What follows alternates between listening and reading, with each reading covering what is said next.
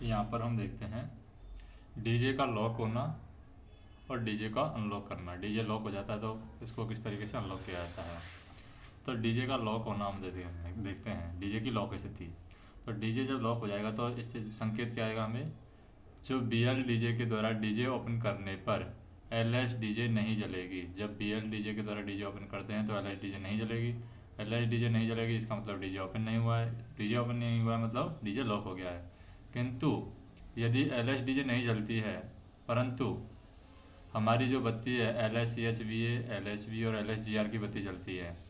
तो हमारी मान लीजिए L H C H B A जल रही है, बैटरी चार्जर का जो लैंप है, एल एच वी जल रहा है और एल एच जी आर जल रहा है, लेकिन एल एच डी जे नहीं जल रही है।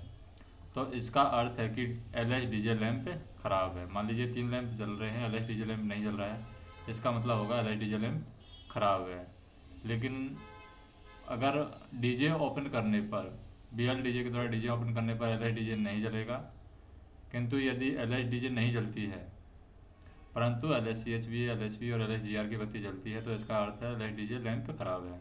तो क्या कार्यवाही करेंगे हम, जेड पी टी को 0 पर करके पेंटो को नीचे करेंगे। पेंटो को नीचे करने के बाद में हम क्या करेंगे, जैसे कि हमारा एल एच डी जे क्या हो गया है, ख़राब हो गया है, लैंप ख़राब हो गया है, तो Q118 को हम बेच करेंगे। Q118 को बेच करने के बाद में बी पी टी कॉक हम बंद करेंगे और जेड पी टी को संबंधित पोजीशन पर रखेंगे। बी पी टी कॉक हम बंद कर देंगे Q118 को बेच करने के बाद में, फिर जेड पी टी को संबंधित पोजीशन पर रख देंगे। फिर B L D J on एवं B L R D J को प्रेस करेंगे। बी एल डी जे को क्लोज करने के लिए और B L R D J हम प्रेस करेंगे एवं C118 का पिकअप होना सुनिश्चित करेंगे। यानी कॉन्ट्रैक्टर C118 है उसका पिकअप होना हम सुनिश्चित करेंगे कि वो पिकअप हो गया है। अब बी पी टी का कॉक है वो बंद किए थे उनको खोल देंगे जिससे पेंटो ऊपर उठ जाएगा। अब L H C X B A के बुझने पर B L R D J छोड़ देंगे। जैसे हमने B L R D J यहाँ पर प्रेस किया था, जैसे ही हमारा L H C H B A बुझ जाएगा तो हम B L R D J को छोड़ देते हैं। और नेक्स्ट क्वेश्चन हम देखते हैं। नेक्स्ट क्वेश्चन क्या है, Q44 बेज संबंधी सावधानियों का पालन करें। अगर हमने Q44 को बेच किया है तो Q44 को बेच करने से संबंधित सावधानियों का भी हमें पालन करना है। अब मान लीजिए हम डीजे लॉक हो गया, उसको अनलॉक करना है। तो डीजे अनलॉक करने की क्या प्रोसेस है, डीजे अनलॉक करने की प्रोसेस है कि ER का प्रेशर है 10 kg पर सेंटीमीटर स्क्वायर तक बना लें। जो ER का प्रेशर है वो 10 kg पर सेंटीमीटर स्क्वायर बना लेना है। HVA को 0 पर कर देना है, यानी बैटरी की सप्लाई को बंद कर देना है तथा लॉकों को हमें ग्राउंड कर देना है। फिर क्या करना है, STC में जाना है। STC में जा कर के RDJ के ड्रेन कॉक द्वारा पूरा प्रेशर ड्रेन करेंगे। तो STC में जो RDJ का जो ड्रेन कॉक है, तो RDJ का ड्रेन कॉक है उसको पूरा प्रेशर है ड्रेन करेंगे और जे बॉक्स का कवर हटाएंगे।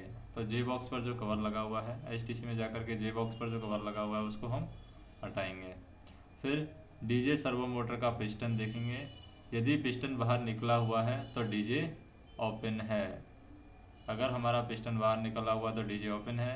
यदि डीजे लॉक अवस्था में है तो 32 mm के स्पैनर से पिस्टन को 2-3 बार आगे पीछे करके निकली हुई अवस्था में रखेंगे।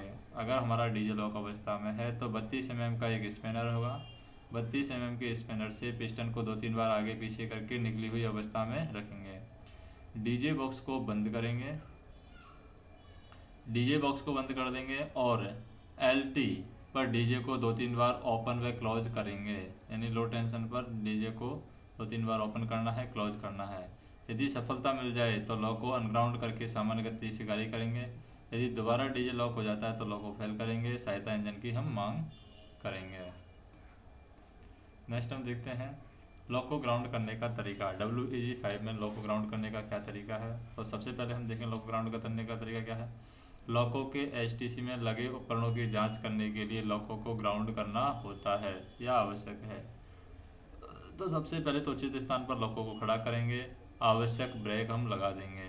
फिर डीजे ओपन, पेंटो नीचे, बैटरी को ऑफ कर देंगे। फिर ZPT चाबी को सॉकेट से निकाल करके कॉरिडोर नंबर 1 में लगे बैटरी बॉक्स में सॉकेट में लगा देंगे। जो बैटरी बॉक्स का सॉकेट है उस बैटरी बॉक्स के सॉकेट में लगा देंगे। उसके बाद में ZPT चाबी को 4 बजे से 7 बजे की पोजीशन पर घुमाएंगे। जिससे यहाँ पर 3 कार्य होंगे। क्या 3 कार्य होंगे यहाँ पर? पहला कार्य होगा पेंटो सर्वो मोटर को जाने वाली हवा का रास्ता बंद हो जाएगा। जो पेंटो सर्वो मोटर को जाने वाली हवा थी वो बंद हो जाएगा, इससे पेंटो नहीं उठेगा। पहले गई हुई हवा है बीबी बॉक्स के एग्जिस्ट पोर्ट से बाहर निकल जाती है, वहाँ पर आवाज़ आती है। जब हम इसको 4 से 7 की पोजीशन पर घुमाते हैं तो बीबी बॉक्स के एग्जिस्ट पोर्ट से जो पहले गई हुई हवा है वो बाहर निकल जाती है। और तीसरा है HOM हैंडल फ्री हो जाएगी, तो HOM हैंडल फ्री हो जाएगा। अब HOM हैंडल को धीरे धीरे ऊपर की तरफ घुमाएंगे, जिससे अब निम्न कार्य होंगे। यानी HOM हैंडल को ऊपर की तरफ घुमाएंगे, वर्टिकल घुमाएंगे, तो इससे क्या क्या कार्य होंगे? इससे लॉकों की छत पर HOM के 2 कॉन्टैक्टर लगे होंगे। एक तो रूफ इक्विपमेंट को क्या कर देगा? ग्राउंड कर देगा, और दूसरे से मेन ट्रांसफार्मर क्या हो जाएगा? ग्राउंड हो जाएगा। तो एक से रूफ इक्विपमेंट ग्राउंड हो जाएगा और दूसरे से मेन ट्रांसफार्मर ग्राउंड हो जाएगा। फिर क्या करेंगे? ZPT की जो चाबी है वो लॉक हो जाएगी। अब ZPT की चाबी लॉक हो गई, उसको हम नहीं निकाल सकते, तो चारों फीचर्ड चाबी यहाँ पर फ्री हो जाएंगी। यहाँ पर 4 फीचर्ड चाबी लगी हुई है, तो चारों फीचर्ड चाबी हैं यहाँ पर क्या हो जाएंगी? फ्री हो जाएंगी। 2 फीचर्ड चाबी बाहर निकाल लेंगे, जिससे HOM हैंडल लॉक हो जाएगा। 2 फीचर्ड चाबी हम बाहर निकाल लेंगे, इससे क्या रहेगा? HOM हैंडल हमारा क्या रहेगा? लॉक रहेगा। फीचर्ड चाबी से HTC का दरवाज़ा खोल करके अंदर जाएंगे और एक फीचर्ड चाबी अपने पास रखेंगे। आवश्यक जांच करने के बाद लॉकों को वापस अनग्राउंड करेंगे। नेक्स्ट हम देखें, नेक्स्ट है हमारे पास में बैटरी चार्जर पर टिप्पणी लिखी है। बैटरी चार्जर क्या है? बैटरी चार्जर पर टिप्पणी हमसे पूछी है, तो बैटरी चार्जर पर टिप्पणी, तो बैटरी चार्जर पर टिप्पणी कैसे लिखेंगे? लोकोमोटिव पर लगी बैटरियों को चार्ज करता है। तो लोकोमोटिव है, बैटरी चार्जर क्या करता है? लोकोमोटिव पर जो बैटरी लगी हुई है, तो लोकोमोटिव पर लगी बैटरियों को ये चार्ज करता है बैटरी चार्जर। कंट्रोल सर्किट को 110 वोल्ट DC सप्लाई ये देता है। किसको देता है? कंट्रोल सर्किट को। तो कंट्रोल सर्किट को 110 वोल्ट DC सप्लाई देता है। इसका कार्य क्या है? बैटरी चार्जर को आर्नो के U और V फेज से 380 volt single phase AC supply मिलती है। तो बैटरी चार्जर को सप्लाई कहाँ से मिलती है? 380 वोल्ट AC सप्लाई इसको आर्नो के U और V फेज से मिलती है। बैटरी चार्जर को कार्य करने के लिए स्विच SCHBA 1 पोजीशन पर होना चाहिए। जो हमारा स्विच है SCHBA ये किस पोजीशन पर होना चाहिए? ये कार्य करने के लिए SCHBA स्विच हमारा 1 पोजीशन पर होना चाहिए। अब बात करते हैं आर्नो से मिलने वाली यह 380 वोल्ट AC सप्लाई क्या करेगी? आर्नो से मिलने वाली यह 380 वोल्टेज की AC सप्लाई चार्जर से पहले 110 वोल्ट में स्टेप डाउन होगी और बाद में डायोड के द्वारा 110 वोल्ट DC बना करके संपूर्ण कंट्रोल सर्किट को दी जाती है और CCBA फ्यूज के द्वारा बैटरियों को भी यहाँ पर चार्ज करती है। तो CCBA फ्यूज के द्वारा बैटरी को भी यहाँ पर चार्ज करती है। अब बात करते हैं पेंटोग्राफ का नहीं उठना, कारण और निवारण लिखना है। तो पेंटोग्राफ नहीं उठ रहा है तो उसका कारण और निवारण क्या हो सकता है? सबसे पहले हमें देखना पेंटोग्राफ नहीं उठ रहा है तो CCBA और CCPT फ्यूज का सही होना चेक करेंगे कि पेंटोग्राफ का फ्यूज सही है क्या, बैटरी का फ्यूज सही है क्या। CCBA और CCPT फ्यूज चेक करेंगे। ER का प्रेशर 6.5 kg/cm² से अधिक होना चाहिए, ER का प्रेशर चेक करेंगे। VEPT आइसोलेटिंग कॉक का खुला होना चेक करेंगे। VEPT बल्ब के ऊपर लगे तार का सही जुड़ा होना चेक करेंगे। VEPT बल्ब के ऊपर जो लगा हुआ तार है वो सही तरीके से जुड़ा हुआ है। VEPT बल्ब के ऊपर लगे नॉब को 1-2 बार दबा करके देख लेंगे। फिर सफलता नहीं मिलती है तो दूसरा पेंटोग्राफ उठा करके कार्य कर सकते हैं। अब बात करते हैं पेंटोग्राफ को उठाना। पेंटोग्राफ को किस तरीके से उठाया जाता है? पेंटोग्राफ को उठाने के लिए हमें बैटरी HVA को 1 पर रखना है। HVA को 1 पर रखने के बाद बैटरी वोल्टेज 85 वोल्ट होना चाहिए। ER का प्रेशर 6.5 kg/cm² होना चाहिए। वर्किंग कैम में BL चाबी अनलॉक करें। LSDJ की जलना सुनिश्चित करेंगे। जैसे BL चाबी को ऑन कर अनलॉक करेंगे LSDJ का जलना सुनिश्चित कर लेंगे। ZPT को 1 या 2 पोजीशन पर घुमाएंगे जिससे VEPT बल्ब एनर्जाइज हो जाएगा और उसकी अकॉर्डिंग में पेंटोग्राफ हमारा उठ जाता है, जो भी पेंटोग्राफ हमें उठाना है। अब बात करते हैं ट्रैक्शन मोटर पर टिप्पणी लिखिए। ट्रैक्शन मोटर क्या है? तो ट्रैक्शन मोटर पर टिप्पणी हमें लिखनी है। तो ट्रैक्शन मोटर की बात करें WAG5 लॉकों में प्रत्येक एक्सल पर एक कुल 6 DC सीरीज मोटर लगाई गई हैं WAG5 के अंदर। जो कि विद्युत ऊर्जा को यांत्रिक ऊर्जा में बदलती हैं। तो जो ट्रैक्शन मोटर हैं WAG5 में लगाई गई हैं, ये क्या काम करती हैं, ये विद्युत ऊर्जा को यांत्रिक ऊर्जा में बदलती है। ट्रैक्शन मोटर को व्हील एक्सल के साथ कपल किया गया है। तो ट्रैक्शन मोटर को किसके साथ कपल किया गया है, ट्रैक्शन मोटर को व्हील एक्सल के साथ में कपल किया गया है, व्हील एक्सल के साथ में। तो ट्रैक्शन मोटर को व्हील एक्सल के साथ कपल किया गया है। ट्रैक्शन मोटर के आर्मेचर पर लगा गियर पिनियन कहलाता है। ट्रैक्शन मोटर के आर्मेचर पर लगा गियर है वो क्या कहलाता है, ट्रैक्शन मोटर के आर्मेचर पर लगा गियर है वो पिनियन कहलाता है।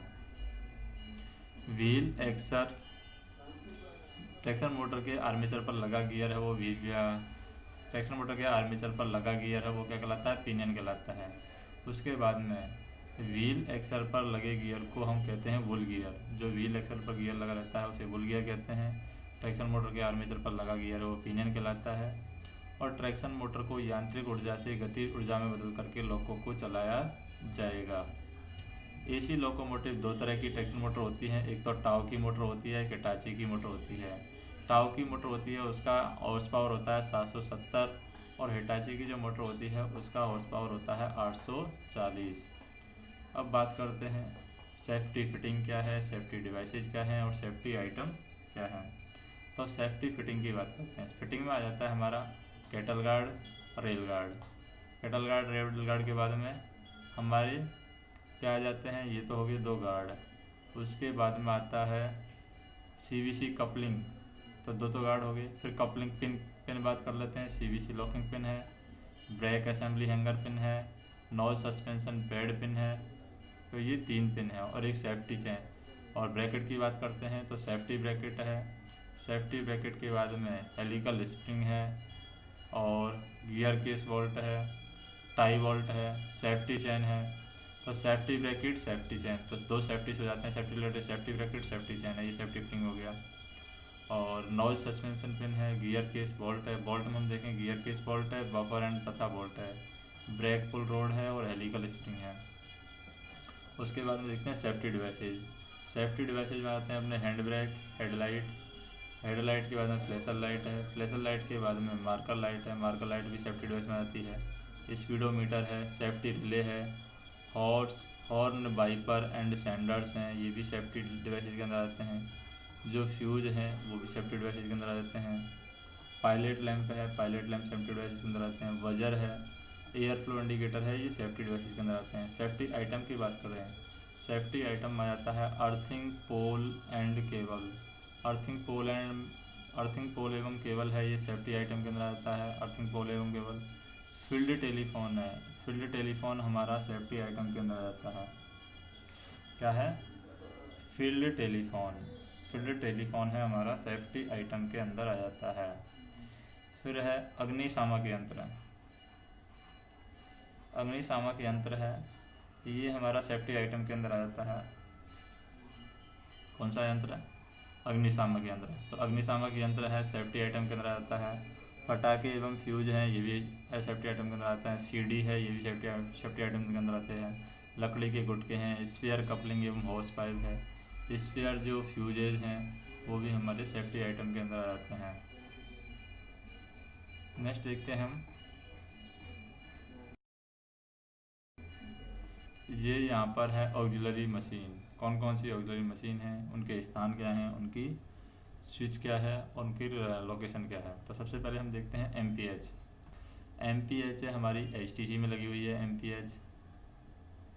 MPH HTC में लगी हुई है। 4.3 इसका HP है, HPH इसका स्विच है, QPH इसकी रिले है और ये TFWR के तेल को ठंडा करना इसका काम है। तो MPH का क्या काम है, ट्रांसफार्मर के तेल को ठंडा करना, MPH।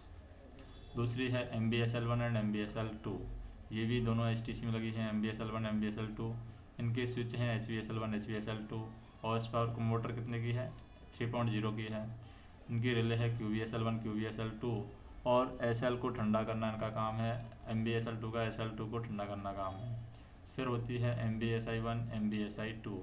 MBSI1 MBSI2 है, ये भी HTC में लगी हुई है। 2.7 इनका हॉर्स पावर है। HVSI1 इनका स्विच है, QVSI1 इनकी रिले हैं।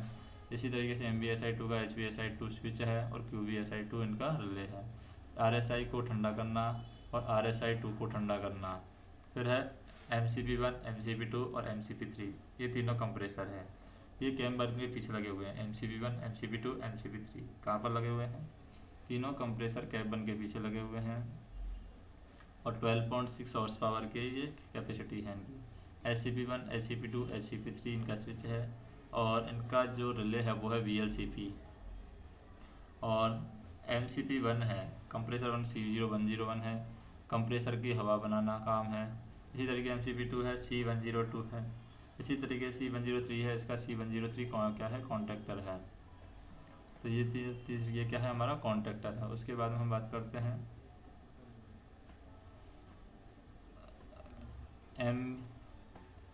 MPV, ये वॉक्यूम वाल्व होता है MPV2। तो वॉक्यूम वाल्व में MPV1, MPV2, ये ZPV1, ZPV2 PV स्विच है, ये BLPV हो गया। ये C101, 121, C11 वॉक्यूम बनाना, ये हट गए हैं अभी इनका कोई काम नहीं है। फिर है MBRH, MBMT और MBMT1, MBMT2। तो MBRH है हमारा, ये हमारा HTC में ही है। MBRH कहाँ पर है? HTC में। 30 इसकी हॉर्स पावर है। HVRH का स्विच है, QVRH इसके रिले है। C107 TWR के तेल को ठंडा करना इसका काम है MBRH का। फिर MBMT1 और MBMT2 है, ये कैप 1 के पीछे लगी हुई है MBMT1 और कैप 2 के पीछे लगी हुई है MBMT2। इन दोनों की हॉर्स पावर 35 है। MBMT1 का स्विच HBMT1 है, MBMT2 का स्विच है HBMT2 और MBMT1 की रिले है QBMT1, MBMT2 की रिले है QBMT2। और इनकी जो रिले हम बात करें, कॉन्ट्रैक्टर की बात कर रहे हैं, तो MBMT1 है C105 है, MBMT2 के लिए C106 है। MBMT1 C105 के लिए क्या होता है? ट्रैक्शन मोटर 1, 2, 3 को ठंडा करना इसका काम है। MBMT1 का काम है ट्रैक्शन मोटर 1, 2, 3 को ठंडा करना। MBMT2 का काम है ट्रैक्शन मोटर 4, 5, 6 को ठंडा करना। ट्रैक्शन मोटर 4, 5, 6 को ठंडा करना काम है। MBMT1 है ट्रैक्शन मोटर 1, 2, 3 को ठंडा करना इनका काम है। नेक्स्ट हम देखें फेल होने पर क्या करेंगे हम। मान लीजिए MBMT1 फेल हो गया है, तो MBMT1 के लिए हमारा क्या है? कॉन्ट्रैक्टर होता है 1C107। तो हम कह सकते हैं MBMT1 फेल हो गया, ट्रैक्शन मोटर 1, 2, 3 को ठंडा करना इसका काम था। तो संकेत क्या होगा? VLVMT क्लोज करने पर 10.6 सेकंड के बाद में डीजे ट्रिप होगा। जैसे ही VLVMT ऑन करेंगे तो 10.6 सेकंड के बाद में डीजे ट्रिप होगा। तो निवारण कैसे करेंगे?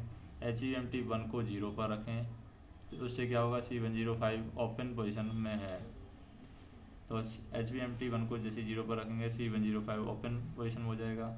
संबंधित हम ट्रैक्शन मोटर 1, 2, 3 यहाँ पर आइसोलेट हो जाएंगी। HVSI और HVSL1 को भी 0 पर रखेंगे।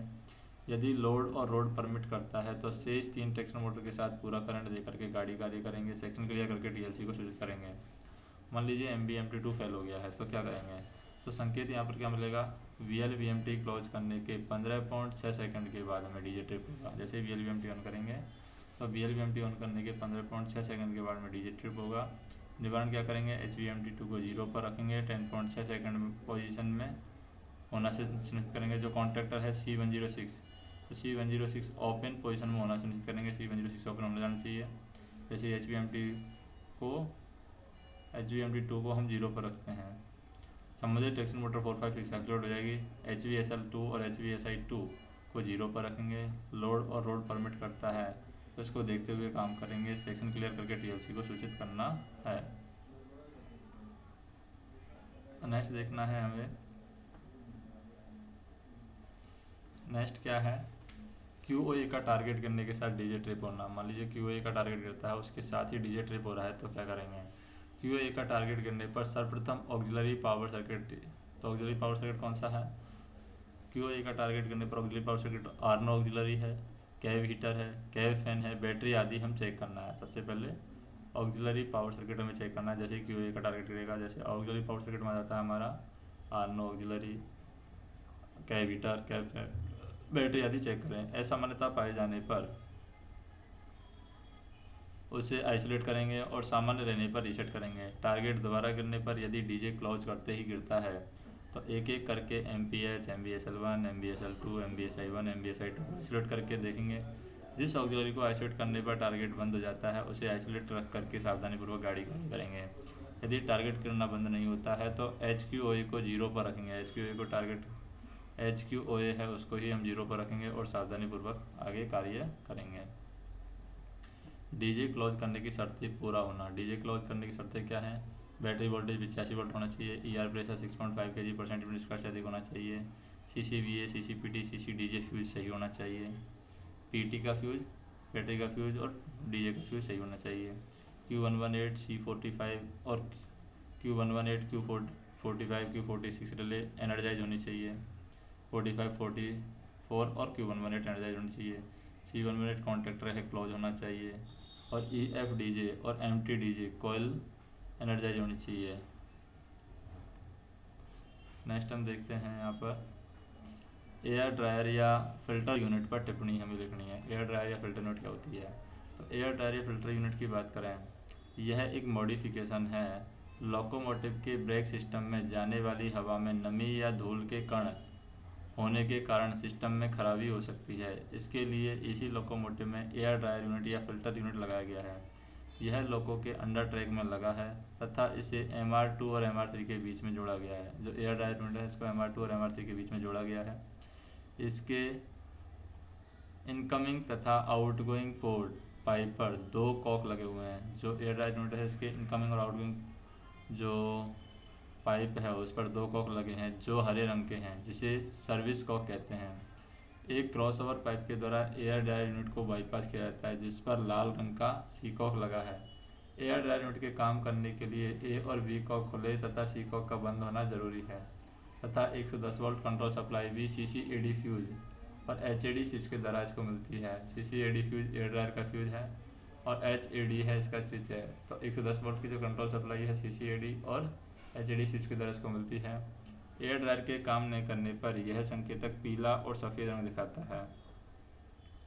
तो एयर ड्रायर जब काम नहीं करेगी तो यह संकेतक पीला या सफ़ेद रंग दिखाएगा।